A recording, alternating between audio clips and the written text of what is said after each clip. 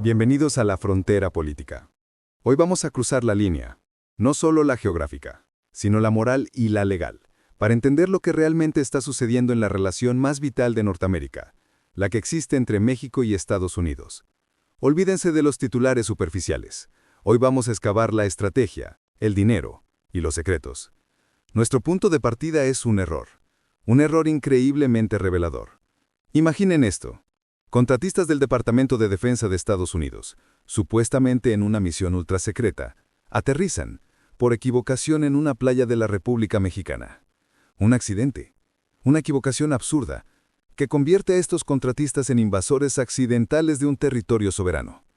Un faux pas diplomático monumental que, de no ser por la filtración, jamás habríamos conocido.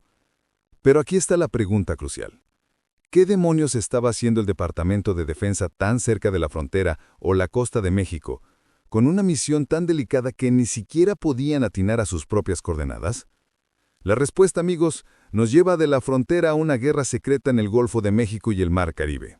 Una guerra librada con drones, misiles y una retórica que no habíamos escuchado desde los días más oscuros de las intervenciones militares en Centroamérica. Para entender la justificación oficial, debemos empezar con la crisis del fentanilo. El dolor y la muerte en Estados Unidos son reales. Decenas de miles de vidas perdidas cada año. Es una tragedia nacional que ha proporcionado el pretexto perfecto para la acción militar. La narrativa de Washington es clara.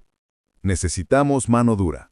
Necesitamos una guerra total contra el narcoterrorismo que nos está envenenando.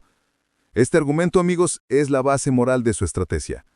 Se presenta al cartel como un enemigo existencial, un terrorista que justifica la aniquilación inmediata sin juicio.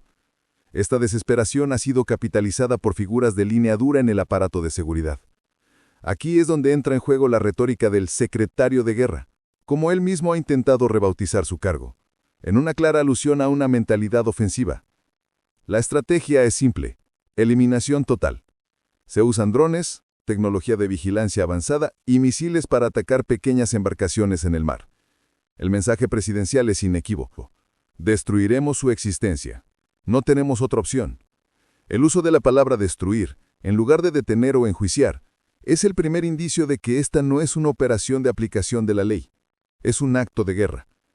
El marco legal que utilizan, el de guerra contra el terrorismo, es una zona gris, una táctica ya a probar en el Medio Oriente. Pero hay un dato que dinamita su justificación moral.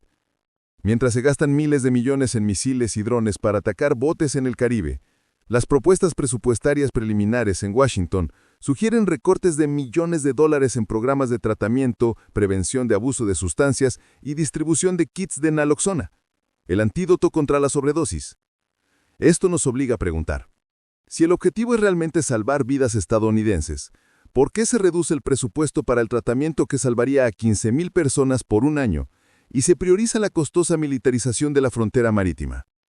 La respuesta, mis amigos, es que la narrativa es una cosa y el objetivo geopolítico es otra, y ese objetivo se llama control. En la parte 1 analizamos la narrativa oficial de Washington, una guerra necesaria contra el narcoterrorismo para salvar vidas. Ahora, en la frontera política, vamos a desmantelar esa narrativa. Vamos a ponerle rostro a los monstruos que, según la Casa Blanca, deben ser borrados del mapa. Porque aquí reside el primer y más doloroso secreto de esta guerra: las víctimas. Donald Trump y sus figuras cercanas aseguraron que las decenas de personas eliminadas en estos ataques eran criminales endurecidos de los carteles. Pero cuando la Associated Press y otros medios se tomaron la molestia de visitar los pueblos costeros de Venezuela, encontraron una realidad radicalmente distinta. En lugar de capos, encontraron hombres con nombres, familias y una vida marcada por la desesperación económica. Aquí viene la segunda gran grieta en la narrativa: la contradicción geográfica. Si el objetivo es el fentanilo, que mata a decenas de miles de estadounidenses, los ataques a barcos en el Caribe tienen una eficacia dudosa.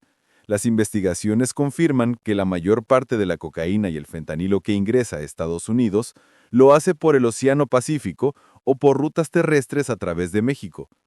Entonces, ¿por qué militarizar con tanta agresividad el Caribe, que históricamente ha sido una ruta secundaria o terciaria?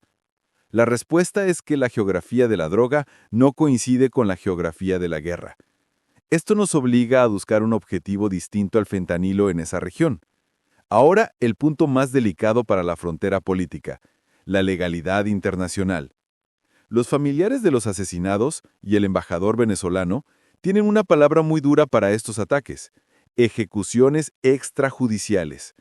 En tiempos anteriores, bajo administraciones que respetaban mínimamente el Estado de Derecho, si un barco era sospechoso, era interceptado, y la tripulación se enfrentaba a la justicia federal. Se les otorgaba un día en la corte, se les daba el debido proceso. Hemos establecido que la guerra del fentanilo en el Caribe tiene víctimas equivocadas, una ubicación incorrecta y una base legal cuestionable. La geografía de la guerra, sin embargo, nos da la respuesta al misterio. Y esa respuesta se llama petróleo. Venezuela no es un país más. Venezuela se asienta sobre la reserva de petróleo más grande del mundo. Más de 300.000 millones de barriles, valorados en más de 21 billones de dólares. Esto supera con creces a Arabia Saudita y a las reservas propias de Estados Unidos. Controlar este recurso es una joya estratégica. Y geográficamente, estos campos petrolíferos están justo en la costa del Caribe, a un tiro de piedra del Golfo de México y de las refinerías estadounidenses. Quien controla ese grifo de petróleo controla una palanca de poder global. Este patrón de usar la seguridad como pretexto para objetivos económicos no es nuevo. En la frontera política lo llamamos el manual del pretexto. En los años 80, administraciones republicanas intervinieron en Centroamérica bajo el disfraz de combatir el comunismo, con el objetivo real de asegurar la mano de obra barata y derrocar líderes democráticamente elegidos que no eran afines a Estados Unidos. En la década de los 2000 fue la invasión de Irak, supuestamente por armas de destrucción masiva, que terminó asegurando una presencia militar en una región vital para el petróleo. La guerra contra el narco en el Caribe es simplemente la nueva versión del mismo manual, pretexto de seguridad para objetivos de recursos y control geopolítico. Pero la realidad es más profunda. No podemos dejar de lado el factor de interés personal. Los analistas han documentado la tendencia de ciertas administraciones de mezclar la política exterior con los intereses empresariales, personales y familiares. Desde acuerdos inmobiliarios hasta inversiones multimillonarias y el uso de propiedades personales para el alojamiento del servicio secreto, existe un patrón de grift, aprovechamiento, que se extiende a la política exterior. ¿Es casualidad que la política militar y la política de recursos se alineen tan perfectamente con los intereses de ciertas élites? Es una pregunta que la frontera política debe plantear. Desde la frontera política, ese es el tipo de preguntas que continuaremos planteando, buscando la verdad detrás de los titulares. Esta revista no cree en fronteras solo físicas. Creemos en romper las barreras de información y la intersección de los intereses personales y la política. Por eso nos organizamos así, para perseguir la verdad, sea cual sea donde nos lleve.